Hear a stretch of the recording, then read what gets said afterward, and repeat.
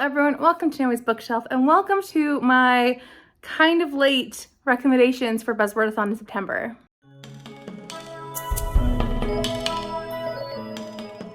So this month I dropped the ball on pre-filming this, but I am very excited to show you my recommendations for words that are light or dark or reflective of those terms. So I have gone loosely here because I have been doing this for a while, and last time I used up all of my dark books almost for the dark prompt, the dark month.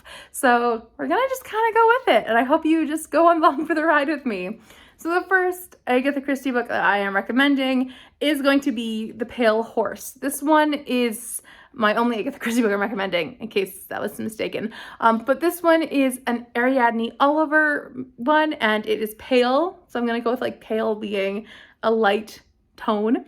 This is a book about inn where people are dying, or they're dying around that. The priest dies and he has a list of people on there in his pocket that is essentially a very strange combination, and it's clearly murder. So it's very interesting. This one is not one of my favorites, but it is kind of spooky. It's kind of on the spiritual realm aspect, and it is very different, I think, than most of her work because it is not Poirot or Marple. This one has Ariadne Oliver, and as such, she is a bit of a different detective, and I think it's just interesting to read her detective and sleuthing skills by herself without Poirot there to bounce ideas off of, because I'm not going to say he does it all the work. So she does lots of work too.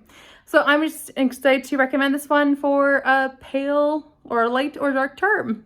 The other hand is a dark term, and I'm going to actually go with one that has dark in the title. I read this since last time and loved it. This is The Dark Queens by Shelley Puhak. This one is fantastic. It is a book about, I think it is 700, or not 700, like 70 AD, where these women are sisters-in-law, but they hate each other. And normally, I think we look at history and look at women uplifting each other. These women were trying to take each other down. It's so interesting, the amount of assassination attempts, the amount of family drama and struggle, and I was fully hooked from the get-go. This was an ARC that I received, and I had to buy it because I could not resist. So this one is quite fantastic. It has some older pictures, as we have, of these women. So there are pictures in here in the corners and different pictures throughout that describe these two women and how they really fought for control over their two regions in a way that men did not like, but they could not fight them too much. So I really love this one. Highly recommend. This is a nonfiction. It's kind of fictionalized though, because you can't have perfect records from that time era. So I thought it was really interesting and really true to the sources as much as they could. So I really recommend this one. Love it. One that I'm going with, I'm going to use the word light a lot in this because as much as I can. I used a lot of dark words before, but anyways, the word is light, and it's A Light on the Hill by Connellan Cosette. This is book 1 in her Cities of Refuge series. This is a series based on the idea in the Old Testament where there were cities set up that if you had committed a crime on accident, like if you committed manslaughter and you were going to suffer with your life due to their laws and you knew it was not intentional, you could run to one of those cities and you'd have to be put before a judge and show that you were not intending to murder someone, and therefore you would be safe there until the priest died. So this is a series based on these events, or these based on these people and these cities, and this is the first book, which was very interesting, and I highly recommend it for biblical fiction. It doesn't follow a typical like Esther or Rahab or one of those people we know and love so well. This is following a cultural identity, and I thought it was really interesting, and I love the idea of it. One of my favorites books for chronic illness or chronic pain descriptions is Hold the Light by April McGowan. This one is so good. April McGowan does not herself have the disease that is talked about in this, but she used the disease of the loss of vision intentionally after much research to prove how it is to actually live with a chronic illness or chronic disability. It's so fantastic. It's about this woman who is slowly going blind. She's an artist and she is terrified of what that means for her. It is really impactful. I had to tab it up and I could not resist the tabbing. I think I even highlighted in here. It was just So wonderful. This is a Christian fiction, but if you're looking for anything with chronic representation, this is a really fantastic one, especially as the author herself has a chronic illness and is trying to explain to people who don't. And I thought it was so well handled. I could not believe this, and I'm actually reading the sequel, spoilers, for my own Buzzword book. Another one that I would recommend, this is a literary historical fiction kind of book. It's by Nadia Heshimi, and this is The Pearl That Broke Its Shell. I'm going with pearl being a light color tone of white. This one's about living in Afghanistan in the 2000s, early 2000s, when the Taliban started to set in. It's a lot about cross-dressing and how that's a part of their culture, and also about the independence of women when women are being repressed. So this is really following a young girl who is hearing stories about her great aunt, as her great aunt fought the system essentially years and decades before. But also this young girl is trying to live her life, and she is hating the fact that she is suddenly not allowed to wear boys' clothes anymore, and she's not allowed to do these things.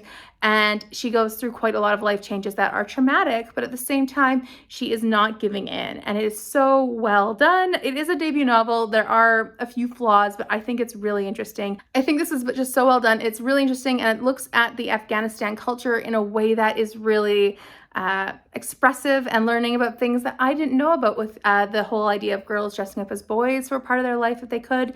So different things I found to be very fascinating, and I recommend it.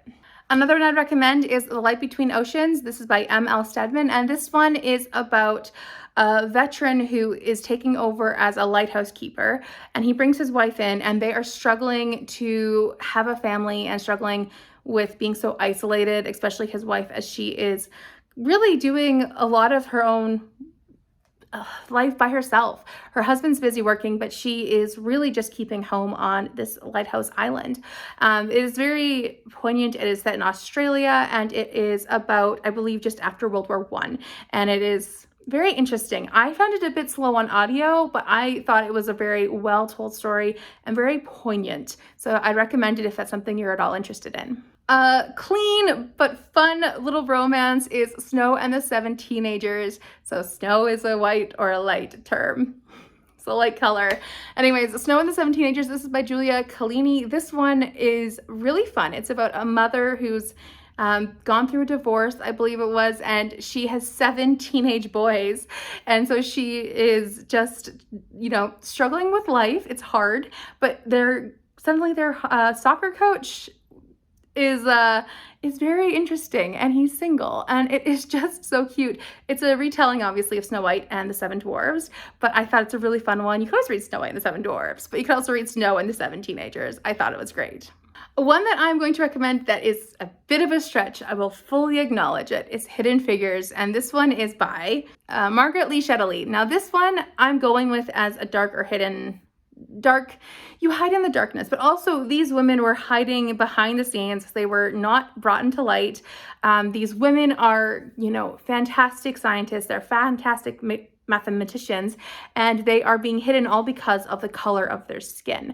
It is so well done. It is a historical fiction, not historical fiction, it's a historical nonfiction about how NASA used these women of color to create this amazing program of NASA. Now, they are obviously paid, but there was obviously racial injustice, and this book really tackles it head on and all the different things that they had to go through to get there. So I'm going to count that as like hidden. You hide in the dark, but also they are hidden from the light of the acknowledgments. So I'm going to go with that. Another nonfiction, I'm sorry, these are just so good. And I really think that the nonfiction stand out to me as fantastic. So, Evil Roman Emperors, The Shocking History of Ancient Rome's Most Wicked Rulers from Caligula to Nero and More by Philip Barlog. So evil is considered a dark trait, and I'm gonna go with that as not, light and savior and all those things that we would attribute to like the chosen one. This is a villain. So it is such an interesting, I listened to an audio and I could not stop laughing. It was just a well done way of looking at Roman world and Roman rulers, but also doing it in a way that anyone who doesn't know anything can listen in, but also people who know some can listen in. And I just really appreciated so much about this and how it just presented these people and being like, now you rank them. Like, which one do you think is the worst? so fantastic and really an interesting way to make it a little bit on the lighter side, even though it had a lot of darker content. I mean, you can't go away from the darker content with what they're experiencing. So yeah, fantastic, fantastic. The last one will be The Girl with the Pearl Earring by Tracy Cavalier. This one, Pearl, again, I'm using that one, but this one is a really interesting historical fiction from like set in the 1700s with, was it Vermeer?